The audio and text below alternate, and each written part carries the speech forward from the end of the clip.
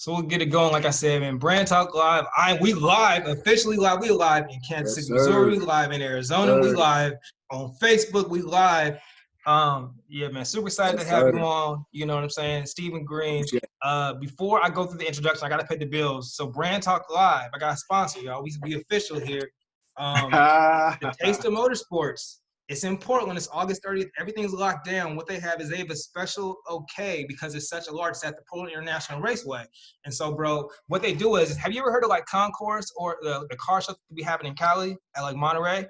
yeah. Yeah, so it's like Pebble Beach. So it's like that, but it's Oh, like that's so up. it's yeah, so it's like luxury cars. We're talking about Lamborghinis, Ferraris, everything like that. It's food, and the difference between like Concourse and that, since it's at the track, if you're someone that Mm-hmm. wants to test drive a luxury car, you can actually put it on the track.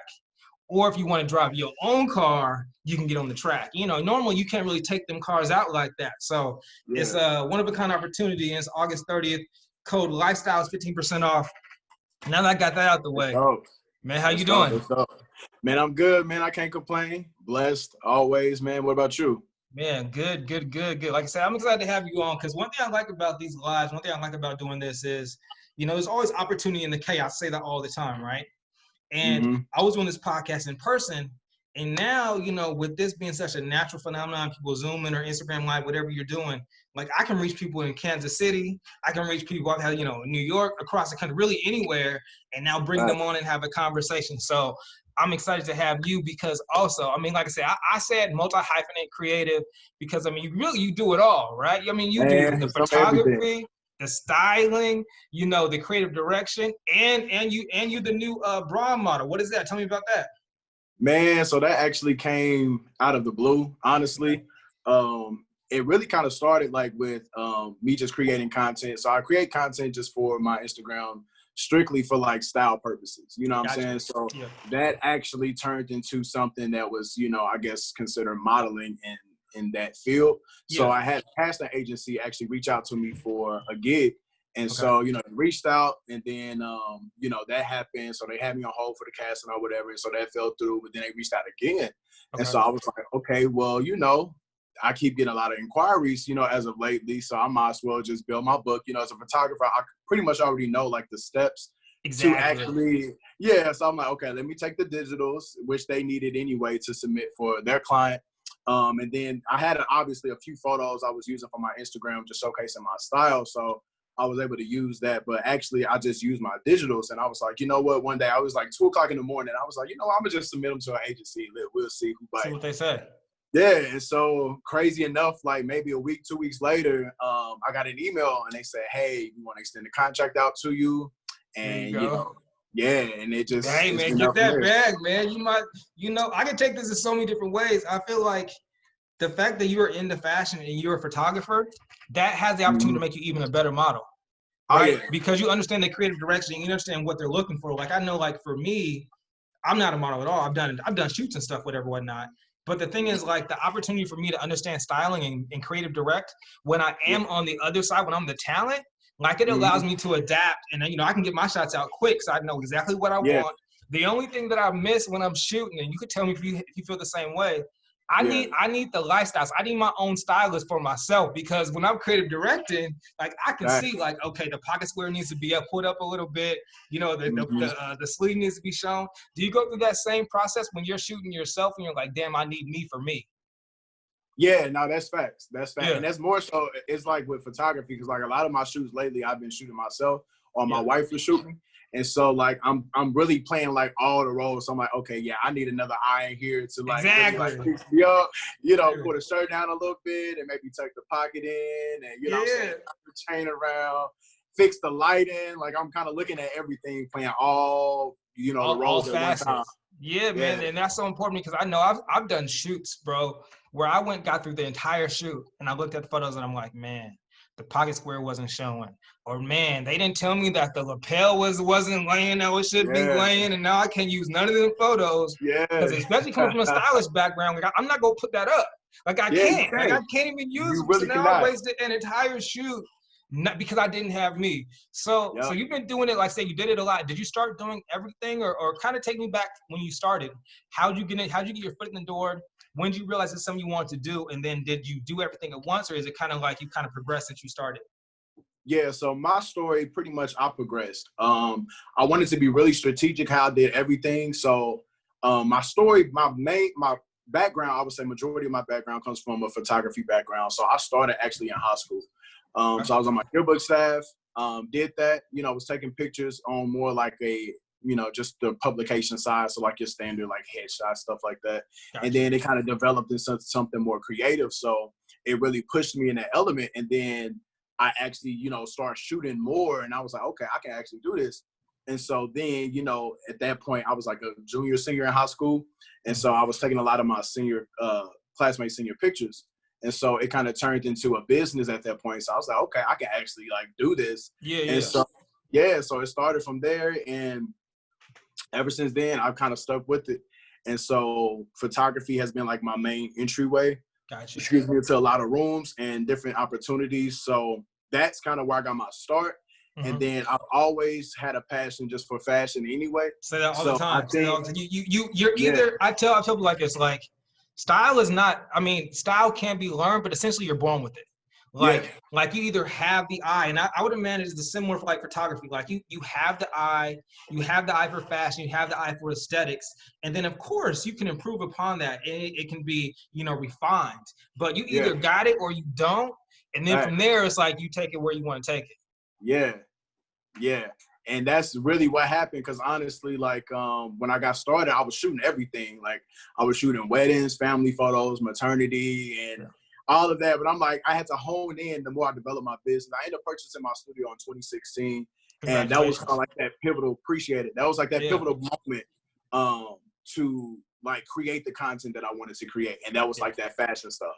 It was more like editorial work. It was the, the commercial campaigns. It was the, all of that. And I was like, I need a studio to produce this kind of work because I was limited to outside.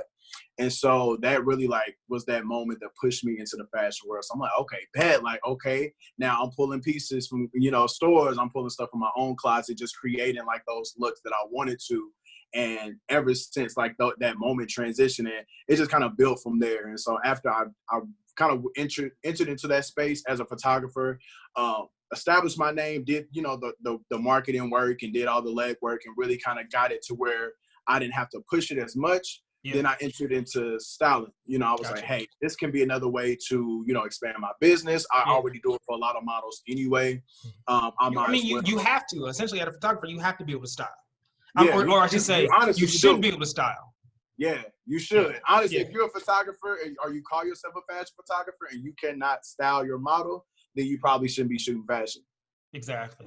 So talk about that, because I feel like one thing you mentioned, you mentioned quite a few things, right? But you figured that pivotal point is when you were like, okay, I was doing everything. I was doing, weddings and bridal showers and all, and I was like, yo, I want to do fashion. What was the feeling like? Because that is still like, that's a scary time to when you actually, okay, I'm gonna go from everything to one thing and focus. Yet it's so critical. What made you realize you had to do that?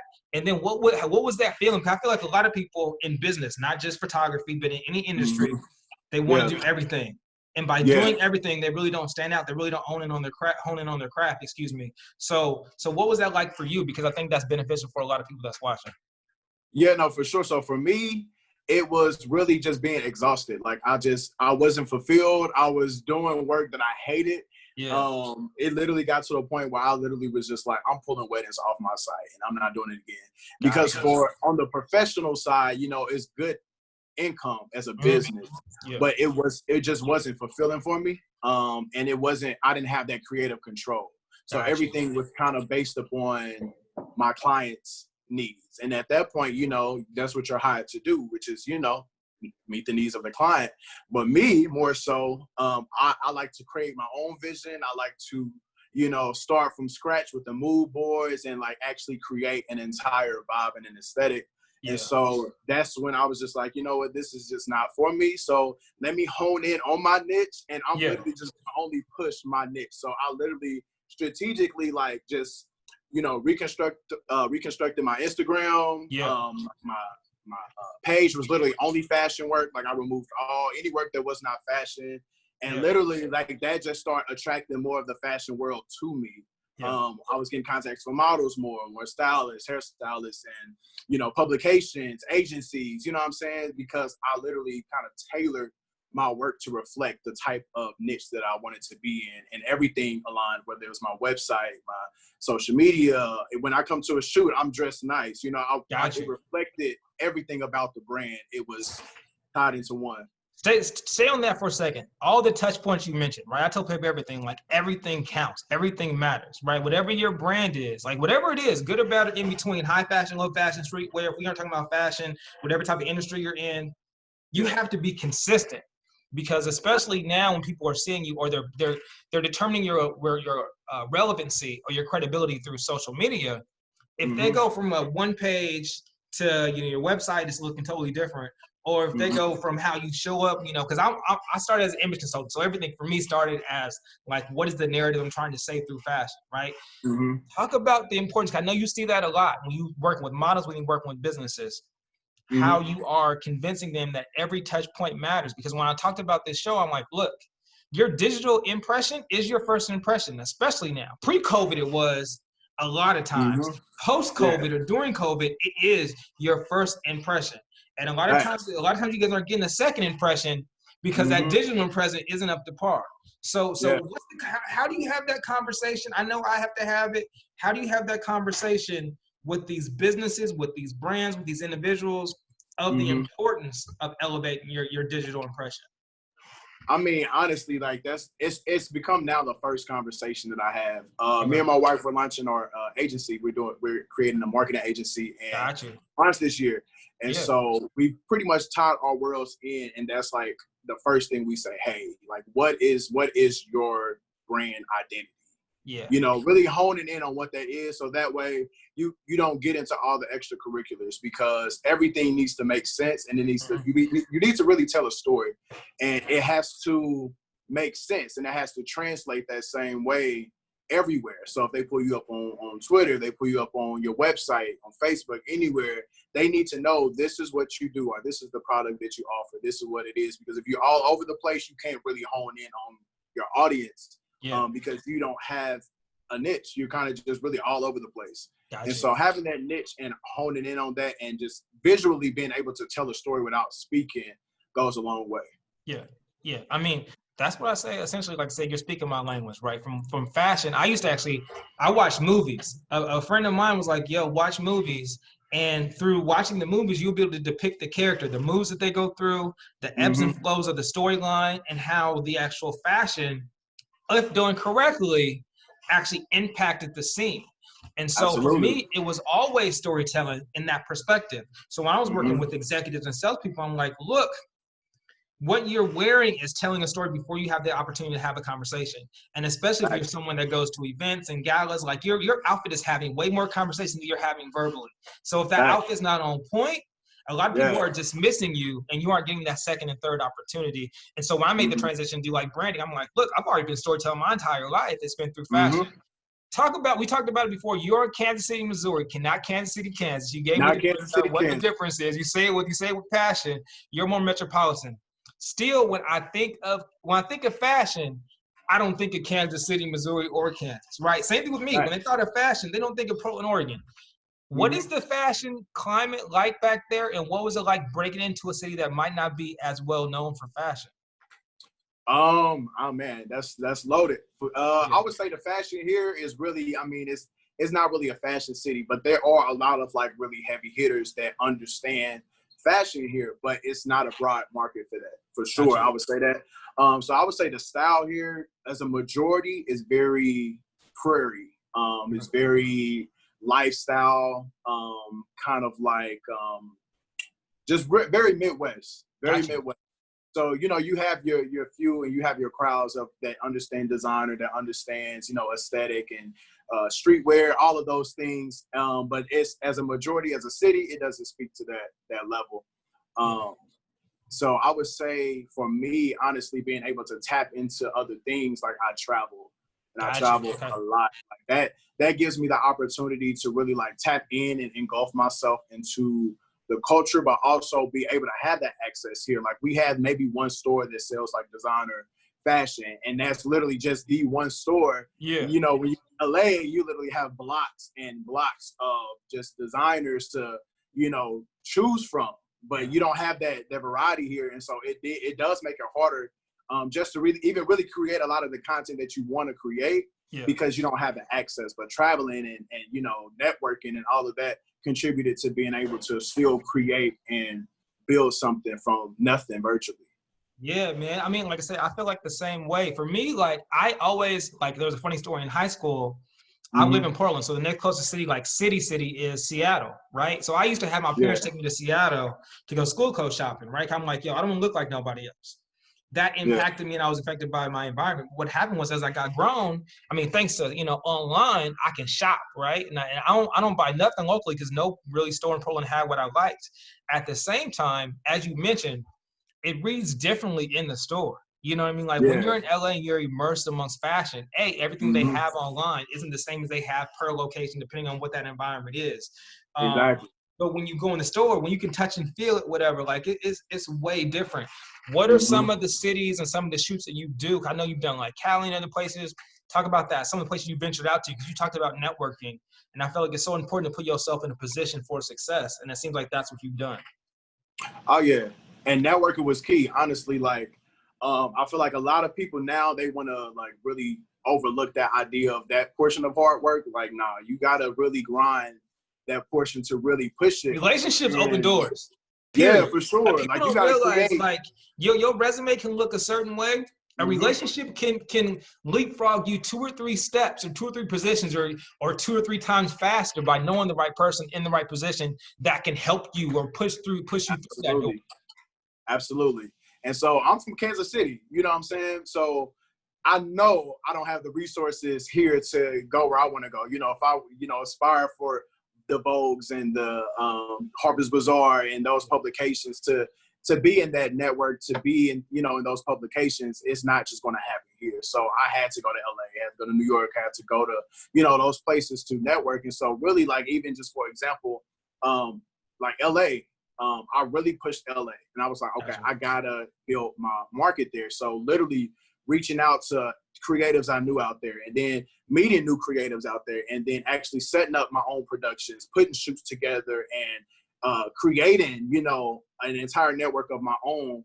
And I'm not even from LA, you know what I'm saying? And it's just every day, like I plan trips, like I would plan trips throughout the year. Like, okay, I'm gonna go to LA, I'm gonna do this throughout this week, I'm gonna set up so many shoots throughout the week, and that's just content. Now when I'm pushing that content, I have LA artists, you can tag LA makeup artists, I have LA models, I have LA agency representation, I have LA aesthetic. So we don't have palm trees here, but I know I wanted palm trees in my portfolio. I have to go to LA to get the palm trees, you know what I mean? Just building that vision to, you know, reflect what I wanted it to look like. And so you got to put in that work. I mean, a lot of shoots initially I was shooting for free, but honestly, those free opportunities open up paying opportunities. And actually, like that opportunity shooting for free, I had a publication reach out for they did a feature on me. And then when they did the feature, then an agency reached out to me. Then I built a relationship with the agency, and it's just a win-win. You know, I made sure to be conscious of my return on investments, I would say,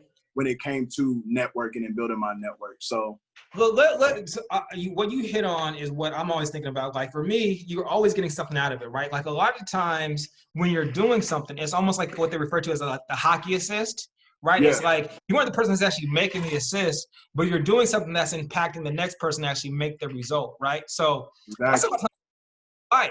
Like it's not always, you know, I'm gonna do this and this is gonna require, you know, or this is gonna acquire business. It's like, no, this is gonna put me in a position to get here, which is then I'm gonna meet that person, which will get me here, which then is gonna get me the look. But what they don't realize is they never put themselves in that position in the first place. They would never do that. Talk about that, because pricing, going from free to paid, investing in yourself, I feel like people think like it just happens overnight. I've invested so much, I mean, out of my pocket, videographers, shoots, doing shit that really, if you look at the ROI like directly, it didn't do nothing. But like it opened me opportunities. Like look, literally right now, like so I just got asked from a magazine They are based out of Seattle, but now they're global distribution.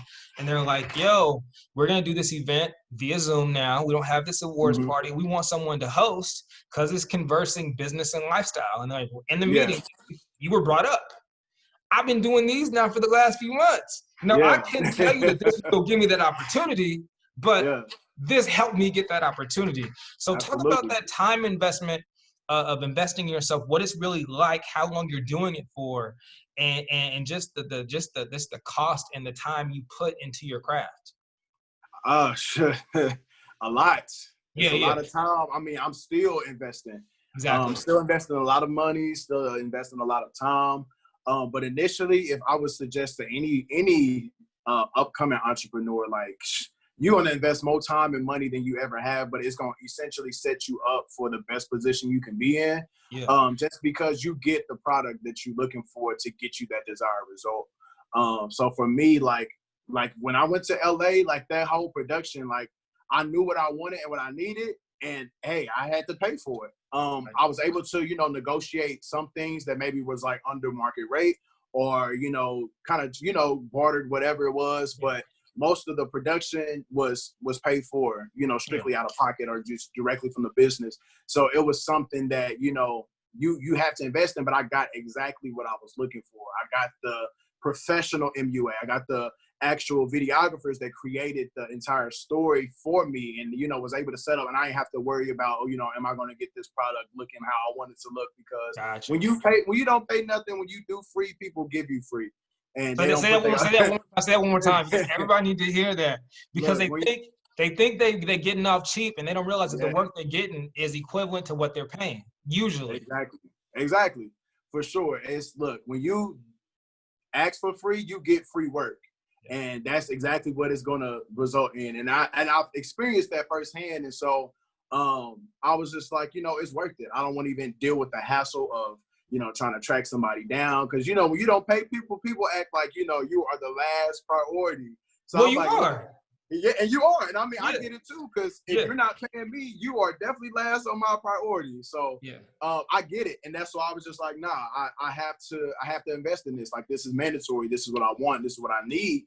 So I made the investment. And like I was saying earlier, like it paid off. You know what I'm saying? That was one investment that turned into multiple investments and opportunities following after that. And so that's something that it's for me, I've never stopped investing in. I'm still networking and still pushing my limbs in places, and still, realizing just that time I'm gonna have to put in to get the results that I want. But it's gonna pay off eventually. I mean, like, even for me, like, this is a perfect example. Like, I met you through social media. I don't even can't even tell you how or whatever, but it's like I admired you from afar. I'm like, oh, okay, you know what I mean? Because the thing is, like me, I have an opinion on fashion. So when social media, someone says they're a stylist, I'm like, you know what I mean? Like, do you really do, you know what I mean? Do you really do this? Or did you put on an outfit for someone, or one of your girlfriends or friends was like, yo, that shirt's hot, and now you a stylist the next day? So I have a very, opinion. Stylist, everyone dependent, you know what I mean? It's very, it's dependent on the person, but the aesthetics of styling. So when I saw you, I'm like, okay, yeah, like he really, you know what I mean? He really does it. And if you do it, I respect it. For sure. But one thing you mentioned, I was almost on my train of thought. You were intentional. You know what I mean? You didn't just be like, okay, I'm just gonna do whatever. Like, you were intentional about what you were doing. So actually, I want to walk through tactically how you went through that process, because obviously you don't know the exact end result. But I always say, like, you need to have an idea where you're trying to go, and then from there, reverse engineer how you can get there, and then make the decisions according to that. So what is your process when you're like, okay, do I invest in LA? Do I invest in New York? Do I invest in something else? Like, how do you go through discerning how you make your investments to your ultimate goal or to the direction you're trying to go to? Honestly, I'll look at the end result first. So I'll look. Yeah, that's actually my goal. I'm looking at this is where I want to be. This is where I want to go. This is the product I want to get in return. This is how, this is what I'm expecting. So once I've, defined that, I just put those pieces together. Like, okay, what does it take for me to get there? So do I need to travel? Do I need to book a team? Do I need to make any investments? Do I gotta, purchase additional items? All of that goes into play. And so once I get that end result, that's pretty much what happens. Yeah, no, that's what's up, man. I like I said, I know like me when I started, like I looked at like year 5, I was like, okay, I want to do this. Like before I had any clients, before even anyone knew me, before I even had an IG, I was like, yeah, this one we'll do. And then I kind of reverse engineer from there. You talked about it, you Mm-hmm. came in the fashion, and then Yep. obviously that you honed your eye, you already had it from a stylist perspective. Now you're on the other side of the lens doing modeling and everything else. Where are you taking it? What's next? What is, you mentioned some of the brands. I want to get to that later, guys. I have other questions. I'm going to throw you hard, throw you random questions. But what's Yeah. next direction you're taking it? You mentioned now you have the agency. Tell me what's going on with you in 2020 and beyond. Man, so much, so much. So pretty much right now, I've kind of narrowed my focus to the brand modeling because it's honestly have picked up more than I thought it would. Okay. So I So what is, really, when you say Brahma, like what, like, well, I have no idea. What is so that? it's basically still modeling. It's just basically an industry term for like a man, plus Oh, gotcha. size man. Okay. Gotcha. But you have the curve model for women. Yeah. Ultimately, it's still a model, basically. Yeah, I you just still like to get a use the check. term. Yeah. You model, because there's a lot of people that Yeah. model Yeah. that don't get a check. Let's be clear. If you get a check, you a model, so you official. Yeah. So yeah. Because For sure. there's a For whole sure. bunch of IG models that ain't never received a check. That's a whole other Hey, conversation. that is a fact. Yeah. That is a fact. That is a fact. But no, honestly, again, it's still new to me. Gotcha. But I'm using that same template of, okay, this is what you did to build photography. This is what you did to build styling. Use that same template, apply it to modeling. So because it did fall in my lap, Yeah. I'm still like adjusting to kind of like get into mode to where like I know this is where I need to be to actually kill it, to actually, run this industry the way I want to. So that's really my goal right now, building that content, really pushing out that. Yo, A lot man, of you a photographer, man. You a photographer, man. I've said this, and I kid you not. I've told people like, yo, I should have dated a photographer, because I know like when I was doing, I had my interns, whatever that's photographers. I'm like, yo, that would be the best business decision other than taking photos of myself, right? If I met a girl, that's gonna be the question. If I ever do one of those dating sites, I'm gonna be like, yo, do you shoot? If you do, you Do shoot. you shoot? You shoot, I got you. We going on that first date. If you don't shoot, I'm not even swiping. Man, I don't even cancel. I'm not even swiping for you. Cancel. But if you shoot, I'm with you. No, that's funny. Content. Yeah, no, because my wife, she's a lifestyle influencer and blogger, and she's actually been like in the game before it was even a thing. That's actually how we met. We met her blogger, and then me being a photographer for her. She was featured in a magazine at the time that I was working for. And so we met and exchanged doing business with each other. But let me say this right. Hold on real quick. Ladies, if you're watching this and you shoot, holla at your boy. Holla at your boy. Get at me, right? Get at me. Hey. You know what I'm saying? Like, yo, let's make it happen. Nah, for real. But they be like, hey, you looked up. Your husband's a photographer. He's a photographer. Yeah. And so, like, I mean, it's cool because we honestly, like, even like with the corona, happening and all of that with COVID, my agency wanted us to push a lot of home content heavy. So we end up pushing a lot of home content heavy, like, shoot at home, do, editorial content, do commercial content. So we shooting each other, just really building that content. And, it was good to do because, in times like this, you still want to be productive and still be able to push content, still brand yourself and do all of that. So it works out.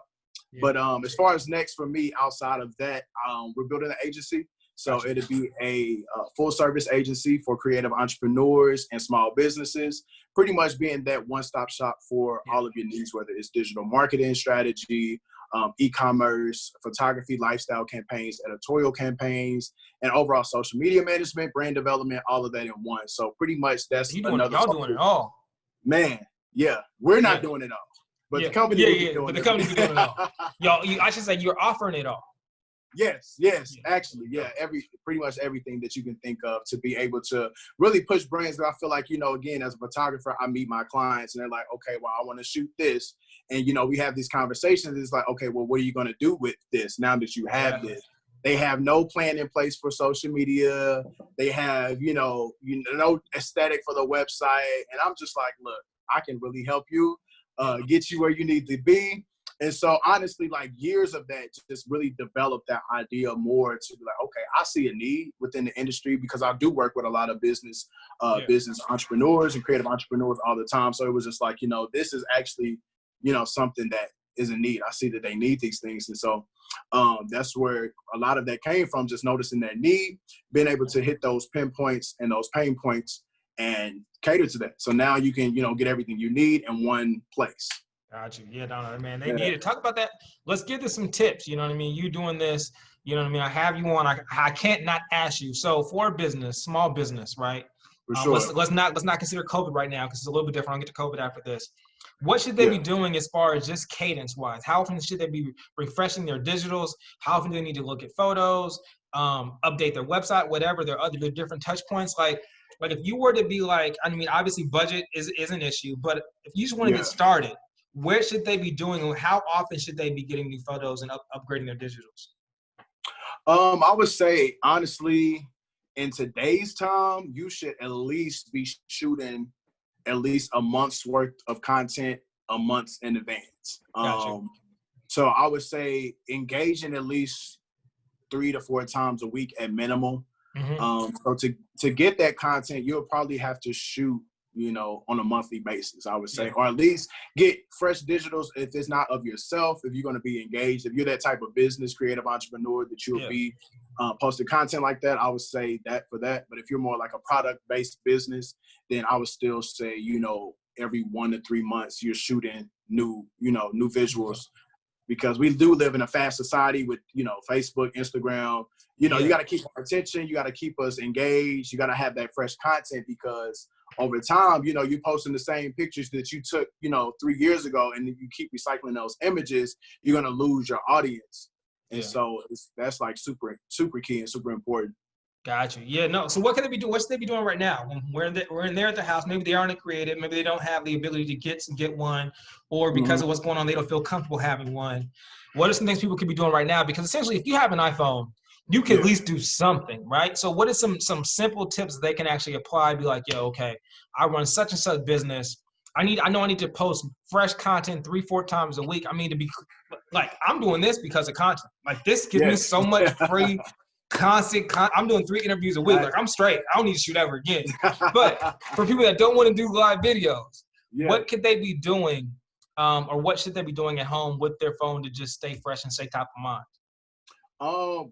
Honestly, if you have an iPhone, like you said, honestly, that's the biggest tool you can use right now. Honestly, creating graphics. If you're not a picture person, a visual person, you should still want to use visuals, just because visuals catch people's eye, whether it's photography or videos. But if create graphics, create some type of content to engage with people. On a consistent basis, so that way you don't lose your audience, because once you become like a ghost on social media, you kind of can fall into the wayside of that.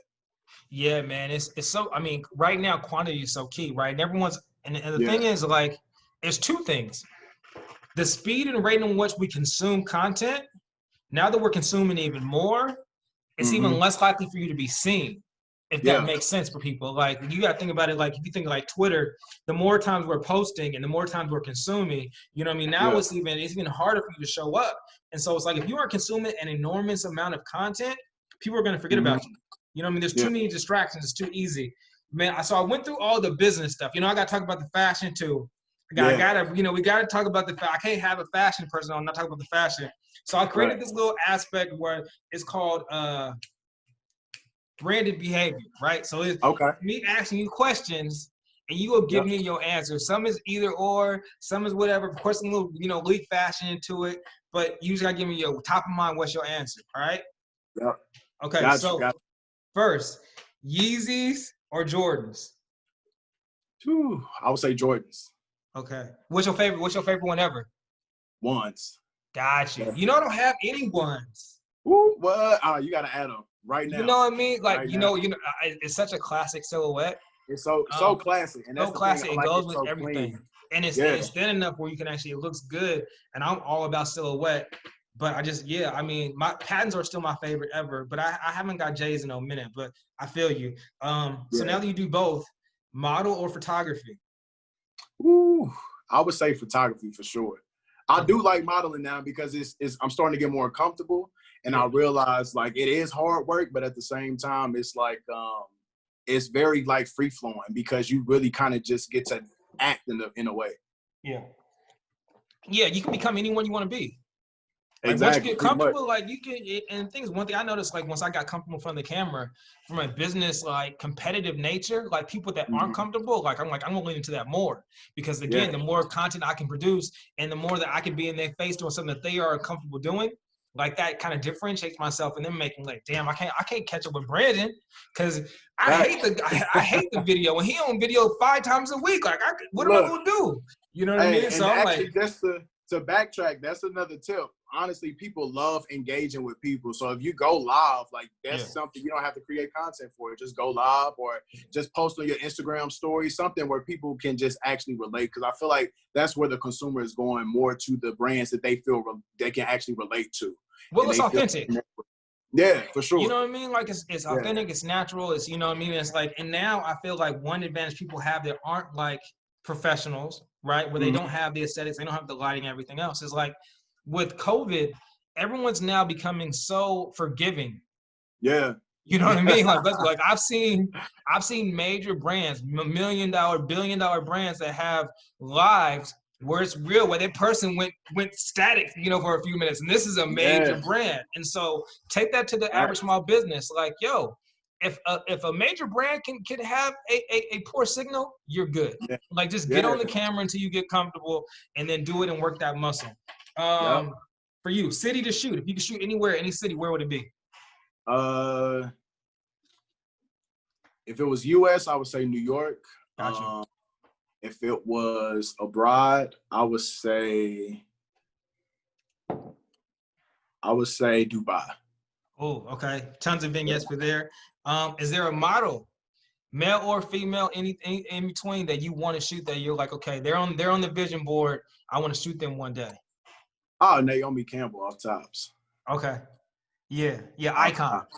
Icon. Yeah, that's iconic. Like I would have to do that just for the culture. Like I have to shoot Naomi. Okay. So if you now that you're modeling, is there a brand you want to model for? That's a good question. Honestly, who would I want to model for? Yeezy, I would say. I would want to model for Yeezy. Yeah, you pick Jordan, but you want to model for Yeezy. I want to because Jordan not really fat. I like Jordan shoes, and really I just like ones. So honestly, if it was ones and maybe threes, I don't really care for the other Jordans, honestly. Yeah. But to pick, Yeezy over Jordan, I couldn't even do the ones like that. But honestly, as far as fashion, Yeezy gets fashion. Like he gets it. No, I feel you. So, man, that's a perfect segue to my next question, man. We talked about this, and I jokingly said, because you had the YSL Yves Saint Laurent brooch on. So no-nos. What are the no's you see with fashion? I know I see it.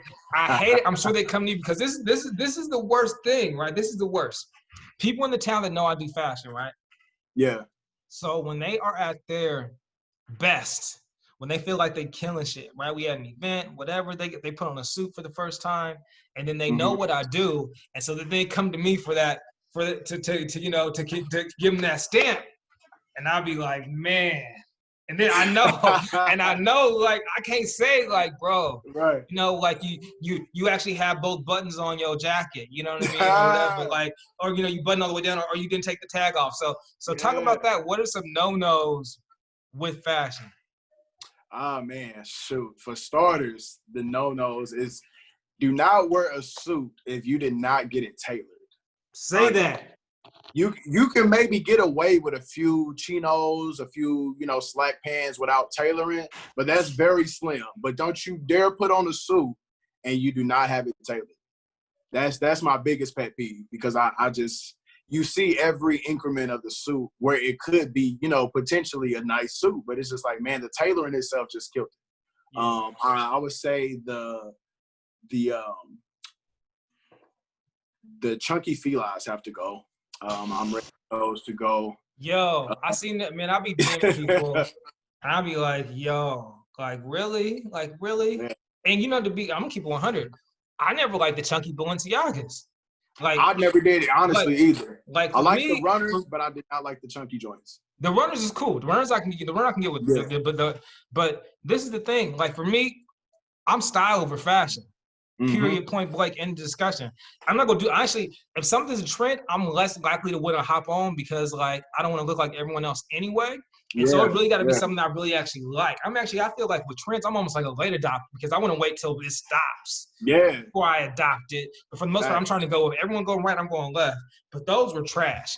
For me, if it don't look fresh, I'm not doing it. That's the first. I don't care who's Yeah. wearing it. I don't care. No, like if it looks trash, I'm not doing it. Period. And the Balenciagas, the Yeah. chunky joints, I can't think of the name right now. They're trash.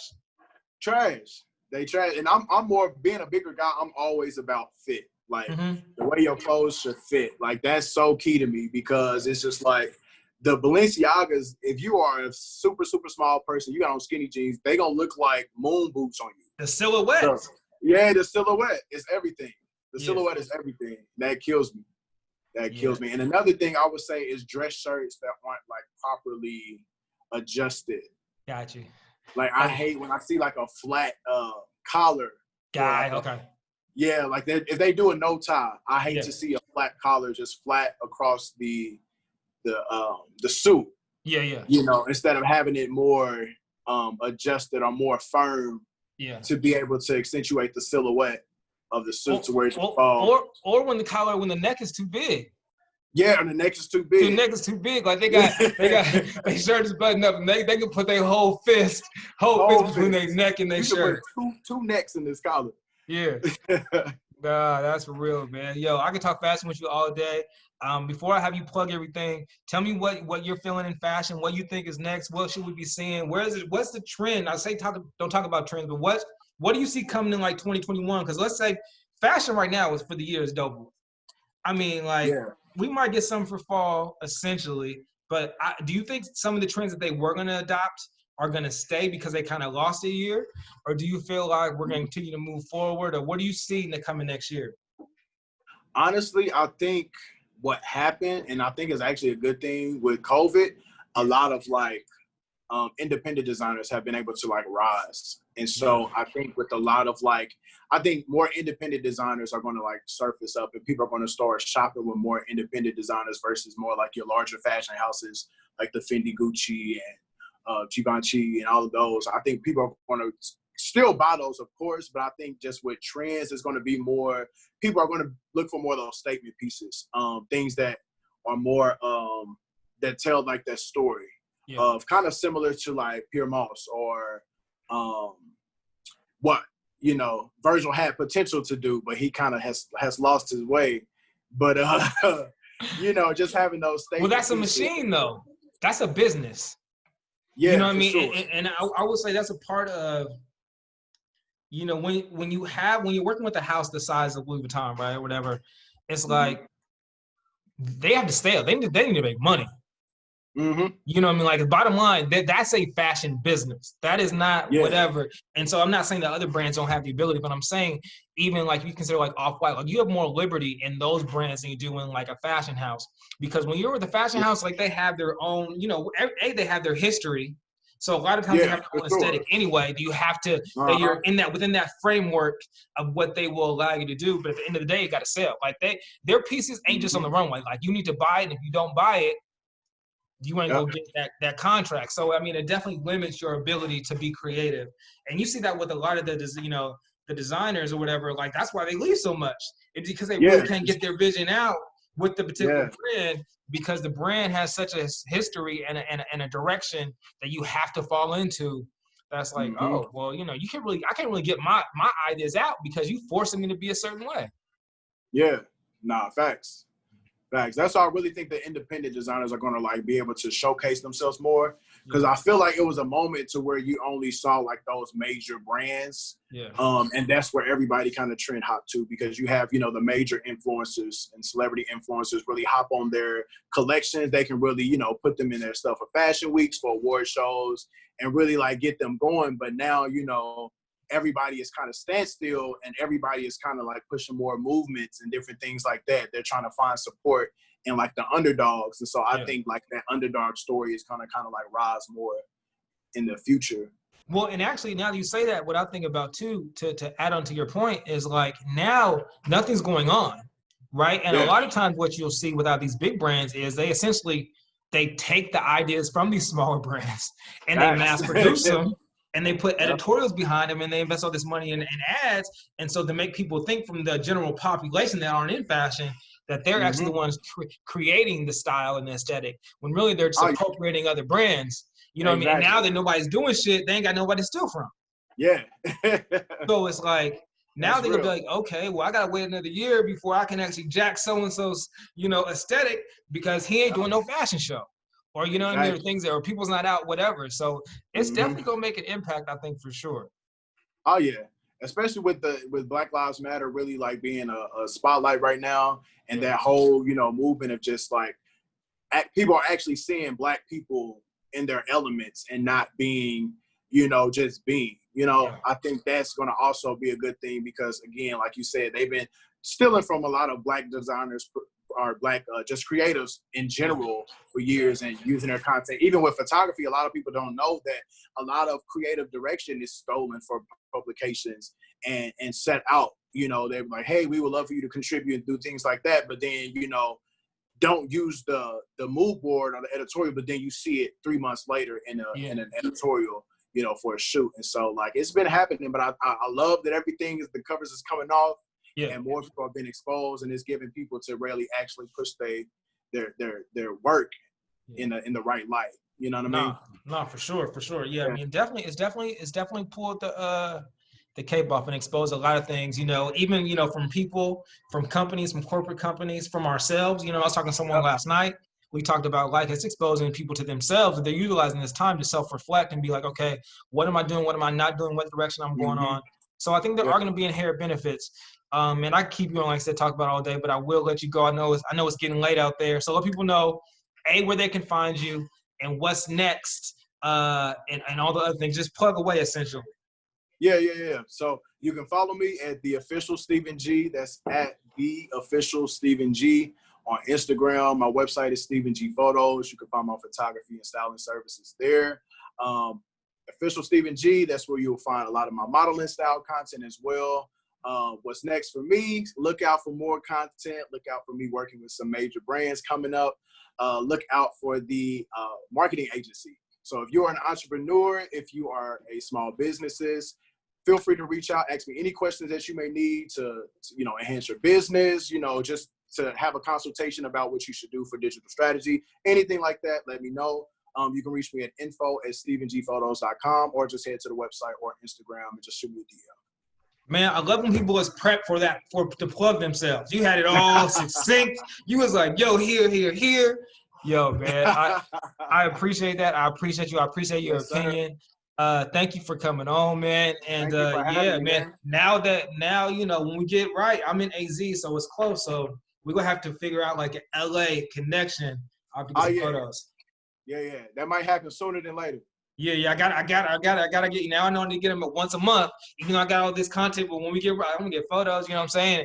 And Yes, and then sir. essentially I have me creative directing, so I know my lapel will be right, my pocket square Yep. go be pooped up enough, everything's gonna be Yep. straight. So I appreciate. So I'm gonna have to make that happen. Yeah. And a tip for me too, before I let you go, take the pictures on your phone, and then like when you pull looks, I'm pretty sure you pull looks and you try on different stuff before you Yeah. shoot it. Yeah. Pull the look, take a picture. When you shoot it, reference the picture, make sure you're good. Yeah, because a lot of times, especially like you said, you get to the shoot and you be forgetting pieces or you be forgetting how Mm-hmm. you had it. And like the more, like what you Yep. said, and to add, the more you have it like structured with the mood board, that actually Yep. allows you to be more creative. Because Yep. sometimes you get there and be like, okay, but then you see that shoe you have and you're like, hold up, man, this shoe go way better, or with the vignette of the background. Like, let me try this. So Thanks. structure as much as possible. That's with all business. Have it Mm-hmm. strategized, and then that actually allows creativity. It don't mess it up. It actually, creates more creativity. So That's for sure. facts. Yeah. Facts. All right, bro, man. Well, you enjoy yourself. Stay healthy. Stay Appreciate it. stay doing your thing. Stay repping fashion. Yes, Let them know what sir. it is. I appreciate it. And Likewise, bro. yeah, Likewise. we'll be in touch soon. Yes, sir. All right, bro. All right. All right, peace. Yep.